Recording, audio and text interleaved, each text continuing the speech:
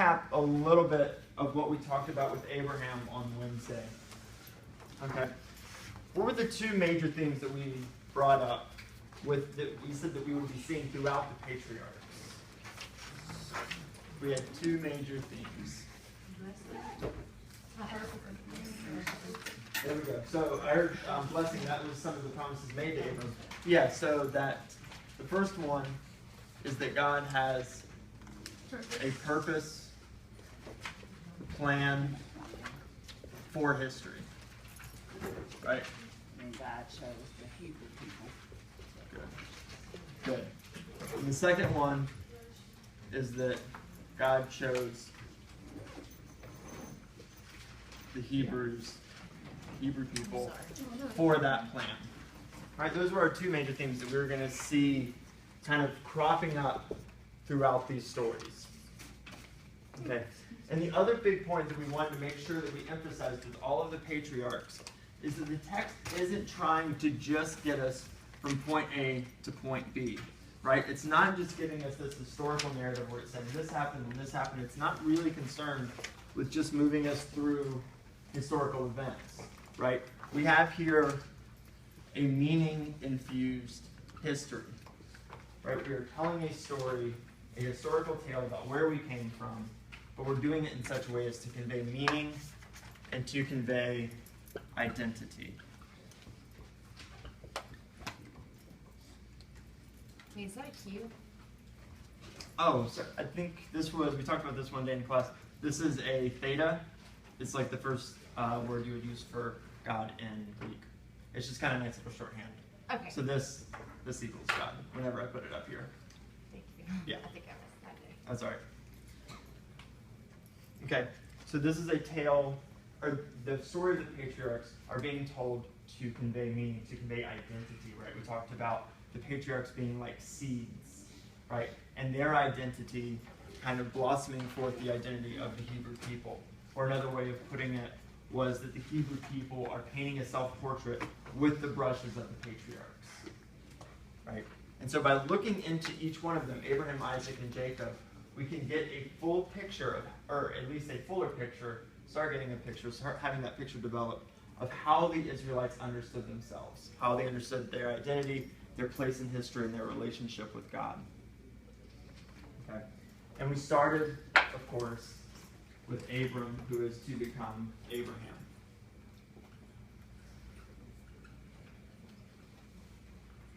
And what did we say he was a picture of, or the epitome of? Yeah. What was an example of that in the text that we've read so far? Something that just kind of exemplified this kind of utter faithfulness. When God told him to go, he didn't ask any questions, he just went. Right. So we've got this very clear picture of faithfulness. Okay. And we started seeing that it's only with Abram that God begins to form a special relationship with humanity, with one particular part of humanity, right? This choosing, right? It's with Abram that we start seeing this choosing. God choosing Abram among all the peoples to carry out his plan and his purpose for history, okay?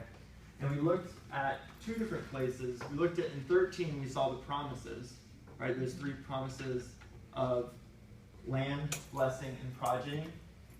And then it was with chapter 15 that we started seeing this in the form of a covenant.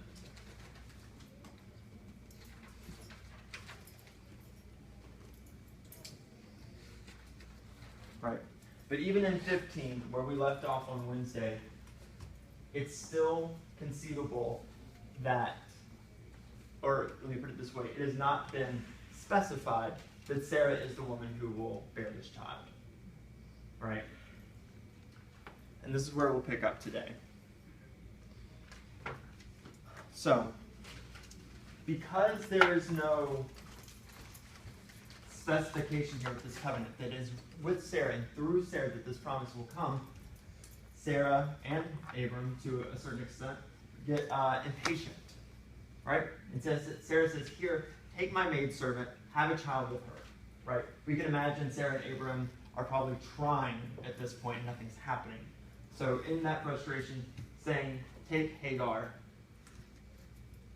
my maidservant, and have a child with her.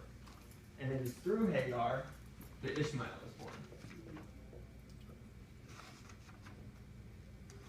Okay. That's weird. What's up? I said that's weird. How so? No, just like, hey, I can't have a baby, but have my servant. It's just awkward. Well, To be with Hagar. well, think about it this way.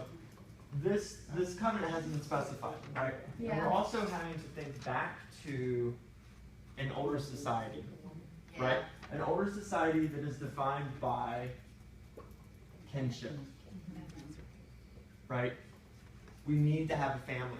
We need to have progeny because this is how things continue, right? What's that? But it's not, after you look at what we read before, it's not really that weird, because he thought that his slavehood was born in his house. Was Right. gonna be the Yeah. heir, because it was in his house, it was of him, it wasn't his baby per se, but it was still a possession. Right. Right. So kind of keeping it within the family. Mm-hmm. In a sense. We see other examples of this in Hebrew law where if a husband dies and has no children, then his brother can step in his place, have that child with his now widow, and that child will carry on the line, right? So again, the importance here of kinship, right? And at this point, Abram and Sarah are very old, and so this seems like a rational thing to do because there hasn't been any specification, right? This might just be Abram and Sarah trying to figure out how this covenant's going to come to be, right? And so turning to Hagar, and we have Ishmael born. And it's only after this that God appears in chapter 17, and now we get kind of a reforming of this covenant, right? This covenant again gets spoken, the covenant and the promise for land and for children. The only time we really see blessing is up here in 13. But God again appears here in chapter 17 and reaffirms this covenant. And feels like now it's about time that we offer some specifics here. Whoops. Spelling specifics. It is through Sarah now through whom this covenant promise will come, right? And it's here as well that we get renaming, right? Because Sarah used to be Sarai, and Abram becomes Abraham, right? This was Abram. We now have Abraham. Why did their names change? Does anybody else want to try that? Why would their names change? What would be significant about a change of names based on what you all know about that? Had a baby. I mean, their name- Purpose. Right, it was their identity. It was wrapped up in the name. Right. So in changing their names, God is, in a sense, creating a new identity. In a sense, creating a new person, laying claim to that person. Right? So in the same sense that God names creation and those things come into existence, there is something new being created here by God naming or renaming each of these individuals. So it's like a rebirth. So he renamed. In a sense, yeah. So this is God renaming these individuals. Abram doesn't rename his wife, Okay. right? This is God gives both these names, right? So God says your wife will no longer be Sarai, and you will no longer be Abram, right? Abram probably means great father, and Abraham means father of many nations, right? So again, that purpose of a name. The difference between Sarai and Sarah is very, very small. And it's kind of unclear how much of a difference there is between these two names. But definitely here is a very significant one, right, between Abram and Abraham, not just great father, but a father of many nations. The Sarah name again? Sarai and Sarah, they both kind of hinge around the idea of like princess, I think. Yeah. What? Sorry. I just don't understand why my parents would name me after this person. She's just like barren and. Well, not for long. Weird. Not for long. Not for long. 'Cause she's now a part of the covenant, right? Okay. P.S. At this point, Abraham now, is 99 years old. And I think Sarah is 10 years his junior. So she is almost 90, because I think in one point in the text it says Sarah is 90, and Abraham claims to be 100. But I think that's more like kind of a rounding bit. So Sarah is around 90 years old, Abraham is 100. Obviously, this covenant seems very improbable, right? And I think that we as readers need to understand just how improbable this covenant seems. Not to be like, oh, of course it's Abraham and Sarah, right? That's how it's always been, right? This is a very improbable covenant. And what we'll see throughout the text is just how improbable this covenant is continually, right? Just how many times the covenant is threatened, how many times the covenant almost doesn't come to be. Okay. For example, I think like we said yesterday, there's times when Abraham, pretends Sarah is his sister and she almost gets taken by a ruler. There's a time when Abram has to go and fight on behalf of Lot, his nephew, and try to rescue him. So there's time when Abram's life is put in jeopardy. So there's this constant jeopardy that this covenant is in. And we see that most clear when we get to Abraham and Sarah's son, who is finally born in chapter 21, Isaac. Who was our next patriarch?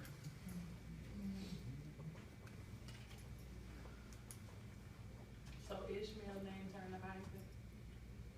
I'm not sure who names Ishmael. You said that was the baby that Abraham had. This is Hagar and Abraham, or Abram at this point, right? So they have Ishmael. Okay. Ishmael wasn't the promise. He No. wasn't the chosen. He wasn't the chosen. Ishmael was. Or Isaac is. Isaac. Isaac Right. was. But- Ishmael was. Okay. Abram thought that Ishmael was. Right. And Sarah did as well. It's like, how do we make this covenant come to be? Okay, this makes sense, right? In our cultural context, this makes sense on how to make this covenant come to pass, because God hasn't specified anything about Sarah doing this. Right. And if that's not happening, you got to turn to Hagar. And so Ishmael seems like he is going to be the inheritor of this promise, the inheritor of the covenant. And yet, in verse 17, we learn that's not the case, right? We do, because God, first of all, he didn't need any help because he'd already made this covenant. He's already made this promise. He's already made the plan. He already predestinated what he wanted to succeed and happen. Right, but the characters and we as readers don't know that. We don't know what the plan is because he hasn't specified it until we get to verse 17, which is after Ishmael is born. That makes sense? Yeah. It does. Yeah. It does. So does God punish Abraham for having Ishmael or whatever? He doesn't. God doesn't punish him. Sarah does. No, there's no punishment there. Almost in a sense, God is saying, "No, sorry, whoops, that slipped my mind." Not with Hagar. It's going to be with Sarah. So there's no punishment that comes along with this. But doesn't Hagar get sent away or something? She does, but that's because of Sarah. Right, and Yeah. they start a whole other tribe. So why give your maidservant to your husband in the first place if you're gonna get jealous? Why women do things I don't know. I kid. Right. Okay. So this is how Israel is kind of narrating its history, right? One thing that you see a lot that happens when Israel narrates its own history is it kind of accounts for where other tribes and groups of people come from, and so it's kind of what they're doing with Ishmael. They're also kind of saying, because in the text, what's interesting is that God takes care of Hagar and Ishmael. Right. Yes. Right? God protects them, and in a sense kind of blesses them, and so potentially setting up a way for Israel and the tribes that come out of Ishmael to have a less violent relationship, right? It's like this is a people that is also blessed. We don't fight, this tribe. Okay. But no, they are sent away. Sarah gets jealous and makes Abraham send them off. But God, like I said, God takes care of them in the story. About this covenant, I think two other things that are important to remember about this covenant is the first one is that God says this will be his name. Okay, So in a sense, God going ahead and laying claim to Isaac's identity. Right? It's not Abram or Sarah that name Isaac. It's God through that covenant. Because she left them. It was Isaac. Yeah. Yeah, there's a connection between the name Isaac and to laugh. And the other thing is, you remember how when we were looking through the covenants kind of quickly, we said that a lot of times covenants come with some kind of seal, right? The covenant gets sealed and put away. If you are a nomadic people, right, to have something that you always have to carry around that is sealed or something like that, it's going to be a lot more difficult. So what we see in this covenant is we finally see a sign of the covenant, but it is not a sign that is on anything tangible in the sense of being on some kind of piece of paper or on stone. What we see is circumcision. The sign of this covenant is circumcision.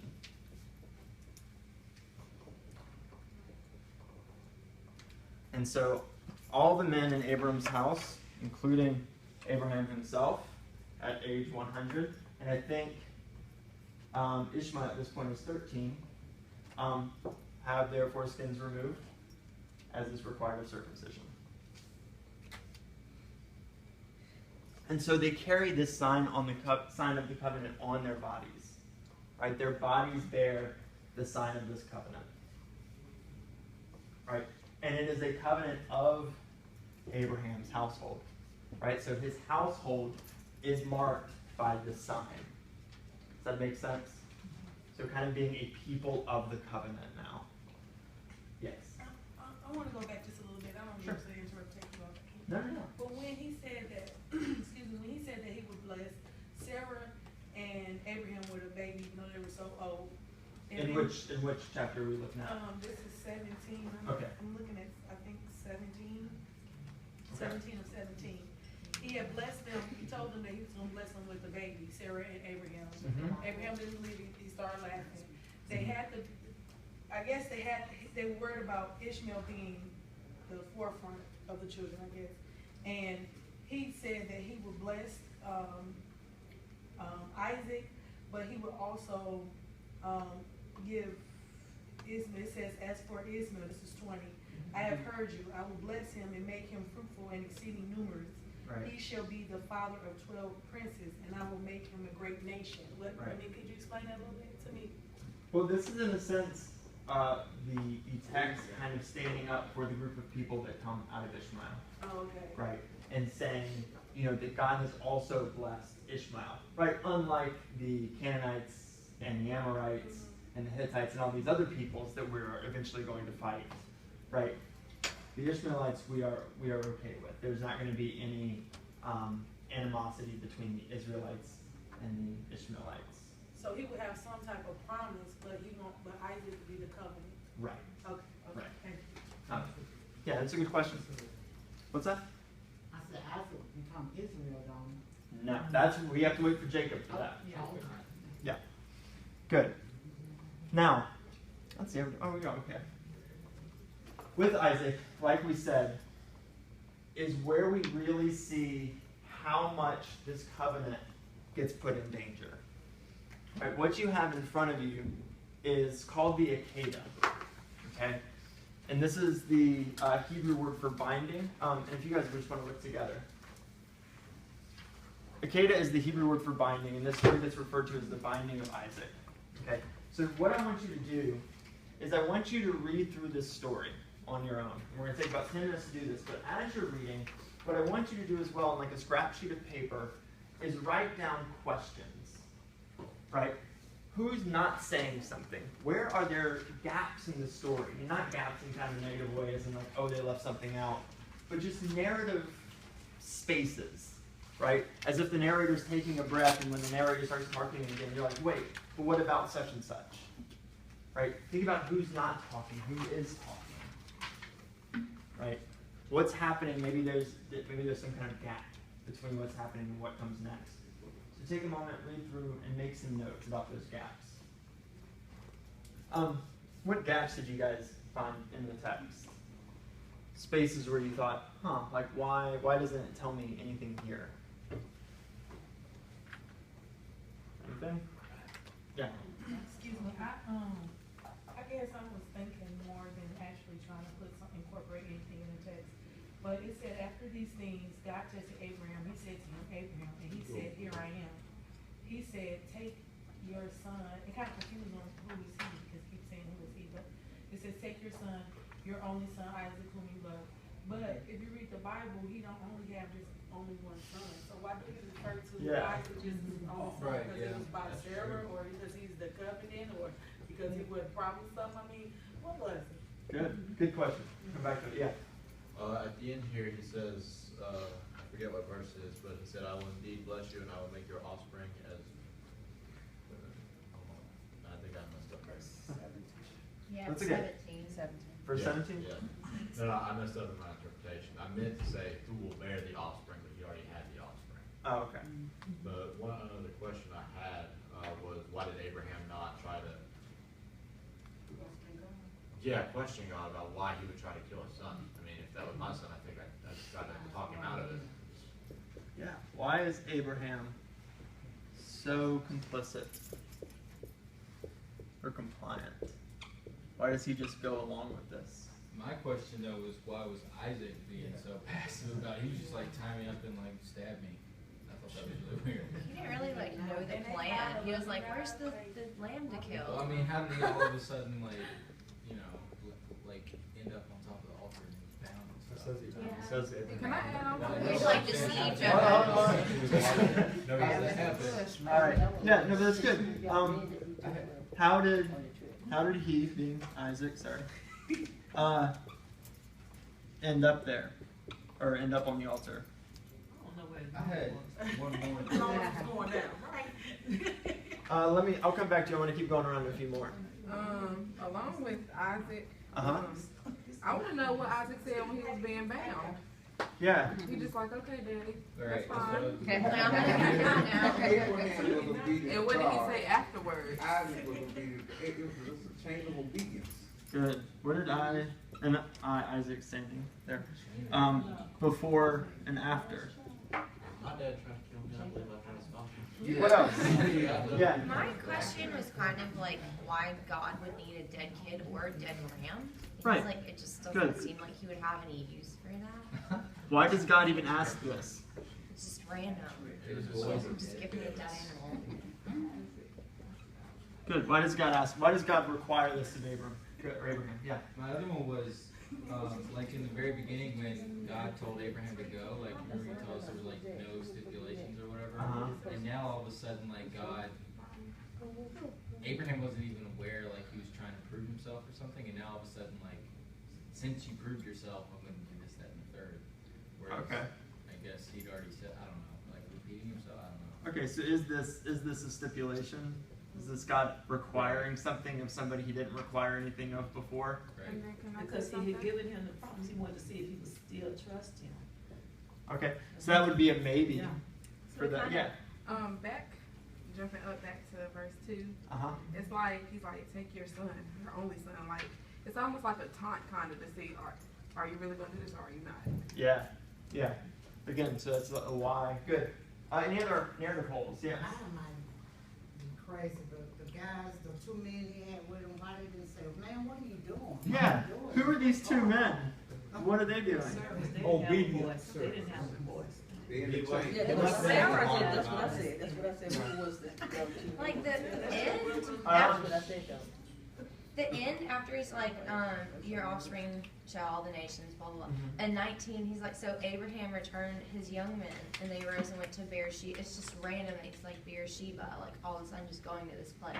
Because he's always been kind of like directed since that. Like God told him where to go, and he's like, oh, I'm going to go here.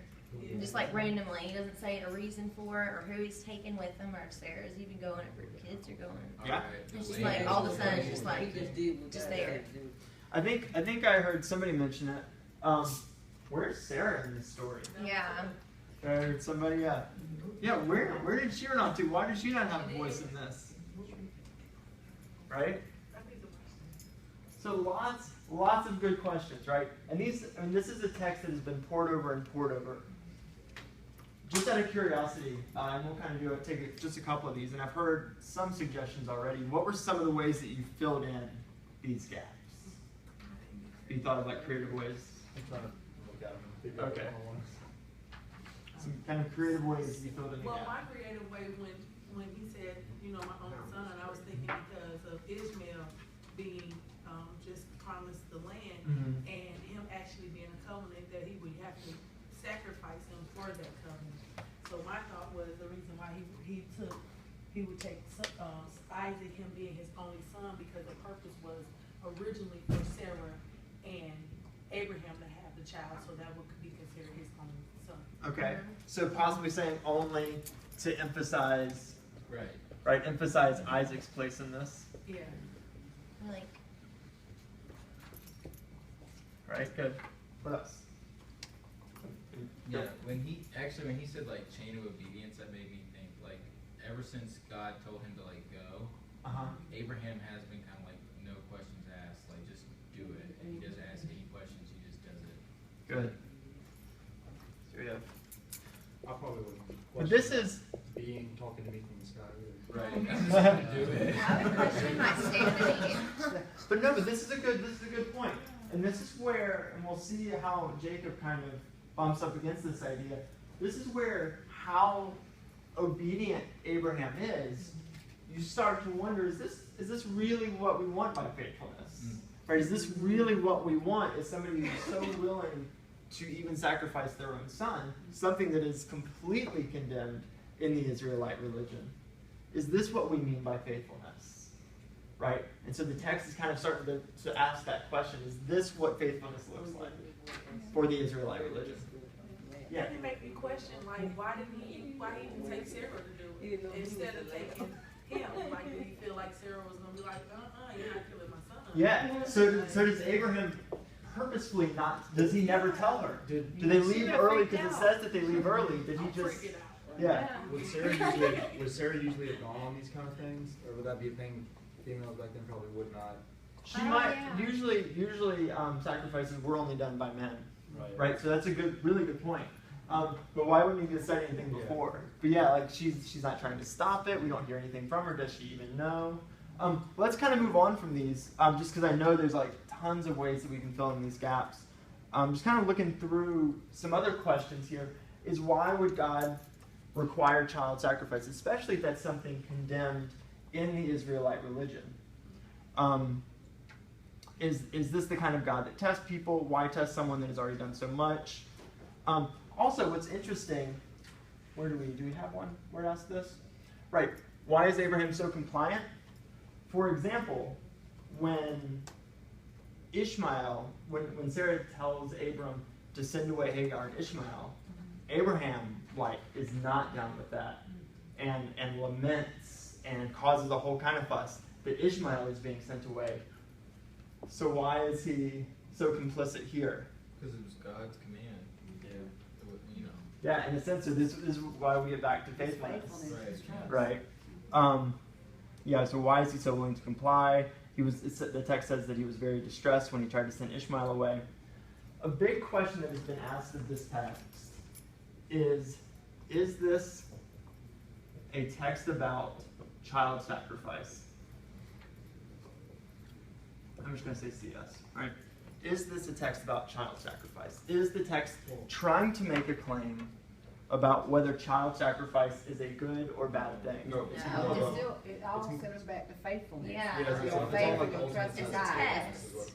You know, because he supplied, he had to ram in the bush. So it's just his faithfulness.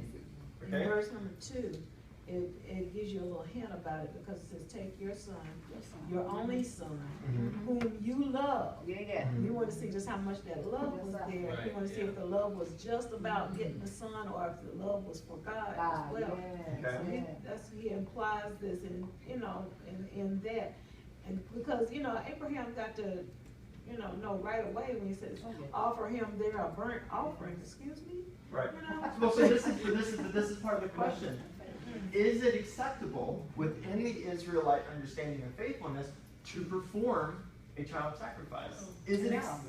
But this is what God is asking in the text. Right. I think it's more, Yeah. you could say it's Right? probably like a representation is like, what's a father's like most prized possession will be their kids. So it's like, would they give up the ultimate sacrifice for God? Right. More than like a child. Right. It's like, Yeah. come on, that's the ultimate thing for him. Yeah. But still we get this question of, is the Israelite understanding of faithfulness one that permits this?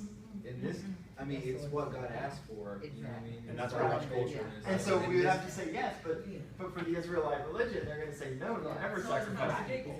So we've got that difficulty. One thing that may help us really understand this text is if we shift our focus from Abraham to Isaac, and make this a story not about Abraham's faithfulness, but about Isaac, right? So, and the reason it's hard for us to do this in this story, to shift our focus, is because, like somebody said, Isaac is so silent and passive, right? We don't hear a peep out of Isaac. And actually, in the text in general, right, in the biblical story, Isaac does almost nothing, right? If we look through the rest of what happens with Isaac, he's born, right? So he gets that. He gets one line in this whole story, right? One little phrase. After that, we get a story of his marriage. He does pray for his barren wife, so at least he does that. So we get to hear from him there. We get to hear about him moving around, but even when he's moving around, he's doing that because other people are saying, no, you can't be here. And so Isaac's like, okay, I'll move. Right? So even in that, he's kind of passive. He doesn't like put up a fight against that. He eventually gets somewhere where nobody fights him on it, and he stays there. And even in his big moment of blessing, right, the thing that the father is to bless his children, that gets stolen from him, from being like, in a sense, a moment between him and Esau to being Jacob's story. But God seemed kind of cruel too in this thing. In the story, for because sure. He tells him, he calls Abraham from God, this in 12, he says, do not lay your hand on the boy or do anything to him, for now I know that you fear God, since you have not withheld your son, your only son, for me. So Right. it just seems like he kind of mean. There is that cruelty. Yeah, no, and that's what makes the story really difficult, right? No, and I think this is what's important when we read the biblical text, is to let the text be new, let the text be strange, not to be like, oh, of course God's loving, or just like have these little like fuzzy notions. When we start really wrestling with what is in this text, it makes it much more difficult. Is it okay if we move on a little bit? Okay, I just want to make sure. So if we focus on Isaac, right, which like I said, is hard to do because he is so passive and so silent, we start to see this text in a new light. And how we start to see it is focusing on who Isaac is and not what he does that's important. Right? Who is Isaac?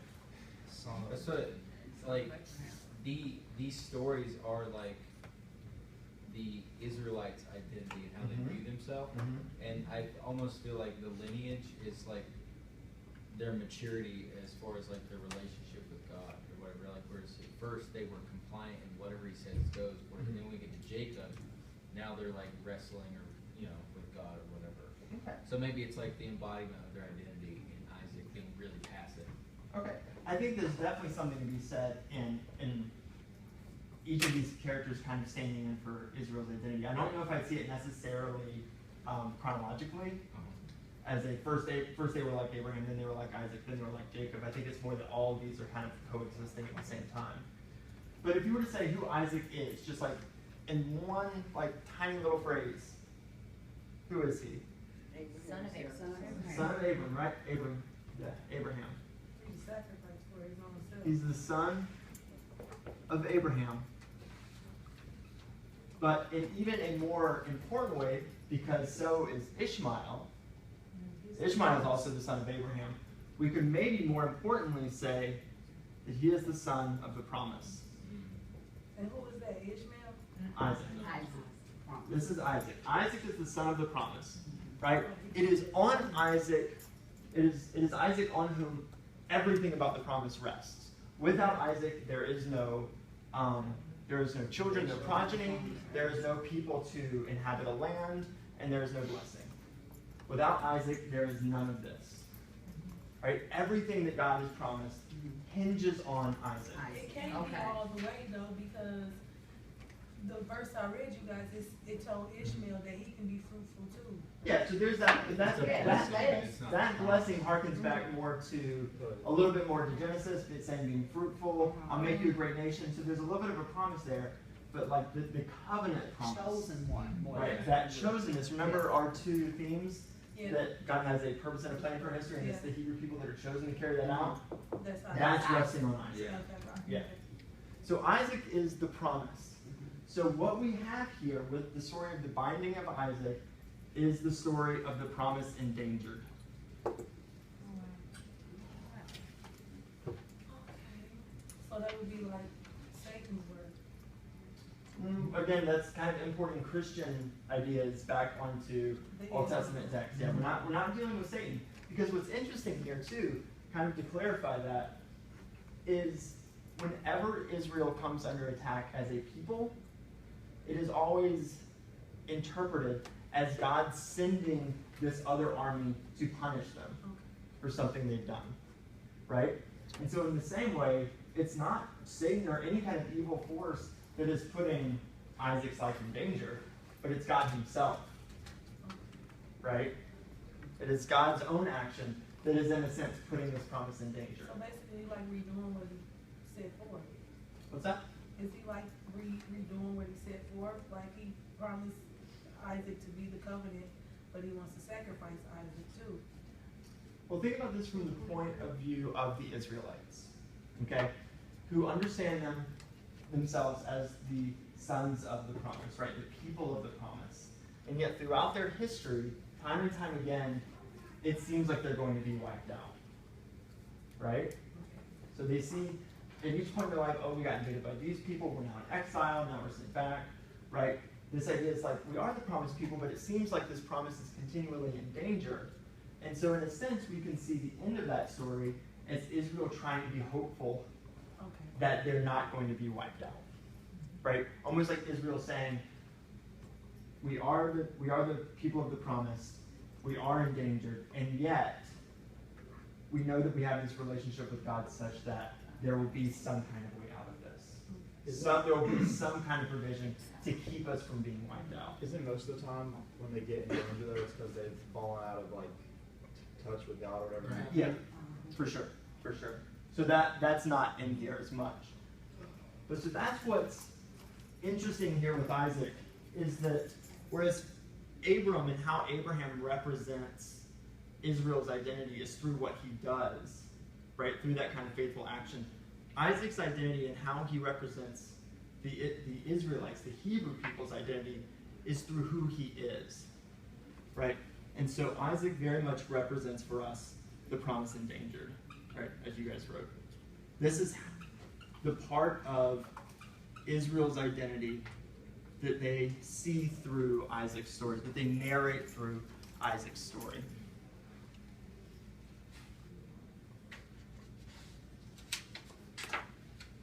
Right, and so at the end of that story, like we said, or as you read in the Akedah, God provides this lamb. Right? It says, no, sacrifice this lamb. And so in a sense here as well, we have this idea of Israel's return to Yahweh, Israel's return to God, Israel's being saved is also marked by this sacrificial act. Right? So through ritual, through the cultic life, right? Through the idea of sacrificing to God. Right? So we have this sacrifice at the end. Sacrifice. Right, at the end of the story. Right, so Israel is now hopefully being brought out of danger through the provision of God. And that is marked by sacrifice. Okay. You guys are right. Isaac is a very passive character. And so it's interesting that he's counted as one of the patriarchs. Right? Usually we think of like if you narrate history through great men, or as history typically does in its own patriarchal kind of way, it's about what those people do. Right? Oh, George Washington did this, Abraham Lincoln did this, George Washington Carver did this, right? You have these great men doing great things. And so it's interesting when we read of a patriarch in the Hebrew text, this great person, doing almost zilch. And so that's why it kind of begs the question, why is Isaac important to the Hebrew people if he does so little? And it's because of that, right? It's because his emphasis or his importance is more on who he is than what he does.